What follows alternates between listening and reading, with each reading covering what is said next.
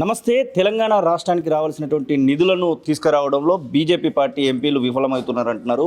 కాంగ్రెస్ పార్టీకి సంబంధించిన నేతలు స్వయంగా ముఖ్యమంత్రి ఆ విషయాన్ని ప్రస్తావిస్తున్నారు. మనతో పాటుగా మాట్లాడడానికి BJP MP, Medak MP, parliament సభ్యులైనటువంటి రఘునందన్ రావు ఉన్నారు. సార్, ఏంటి అసలు మీరు నిధులు తేవడంలో విఫలమవుతున్నారంటున్నారు? తెలంగాణ రాష్ట్ర ముఖ్యమంత్రి, పిసిసి అధ్యక్షుడు అందరూ కూడా అదే మాట మాట్లాడుతూ ఉన్నారు. ఎందుకు విఫలమవుతున్నారు అసలు? సో ఆడలేక మధ్యలో ఓడిందని, వాళ్ళకు పరిపాలన చేయడం చేతగాక, వాళ్ళ మంత్రుల్ని వాళ్ళు సమన్వయం చేసుకోక, వాళ్ళ క్యాబినెట్ని వాళ్ళు విస్తరించుకోక, బీసీ గణన వచ్చిన తర్వాత బీసీలకు 10 మంది మంత్రి పదవులు ఇయ్యలేక, బీసీల గొంతుకుగా నిలబడి బీసీల కోసం మాట్లాడినటువంటి ఎమ్మెల్సీని పార్టీలకు వెళ్ళి సస్పెండ్ చేసి ఏం సంజాయిషి ఇచ్చుకోవాలనో తెలియక బట్టగాల్చి పక్కనున్న మీద వారేస్తున్నారు తప్ప ఏడో నిధులు రాలేదు. ఎందుకు రాలేదో చెప్పుండ్రి, నిధులు ఎట్లా వస్తాయో చెప్పుండ్రి.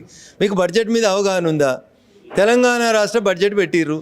ఆదిలాబాద్ జిల్లాకి ఇన్ని పైసలు, కరీంనగర్ జిల్లాకి ఇన్ని పైసలు, కల్వకుర్తికి ఇన్ని పైసలు అని పెడతారా? మొత్తం రాష్ట్రాన్ని కలిపి బడ్జెట్ పెడతారా?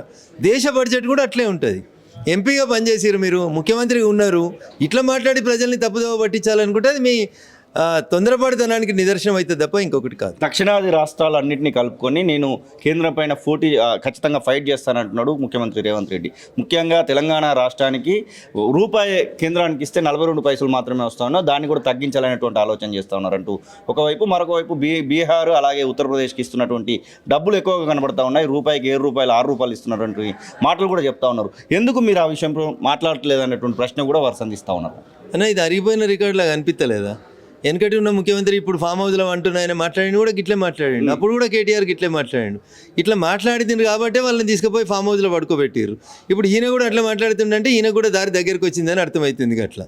అందుకని ఈ రకమైనటువంటి అవగాహన రాహిత్యమైనటువంటి మాటల్ని మాట్లాడొద్దు. భారత ప్రభుత్వం ఫెడరల్ స్ఫూర్తిని గౌరవించి కేంద్ర ప్రభుత్వం డబ్బుల్ని రాష్ట్రాలకు ఎట్లా పంచాలో అట్లే పంచుతుంది. దక్షిణాది రాష్ట్రాలు, ఉత్తరాది రాష్ట్రాలు, కాంగ్రెస్ పాలితం, బీజేపీ పాలితం అని ఉండదు. అందరికీ అన్ని రాష్ట్రాలకి గైడ్లైన్స్ ప్రకారమే డబ్బులు పంపిస్తున్నాం.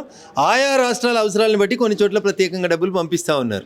అంతేగాని వీళ్ళు అడిగితే డబ్బులు వస్తాయి, వాళ్ళు అడిగితే డబ్బులు రావు. రేవంత్ రెడ్డి ముఖ్యమంత్రి కాకముందు డబ్బులు ఇచ్చినాం, రేవంత్ రెడ్డి ముఖ్యమంత్రి అయినాక డబ్బులు ఇచ్చినాం.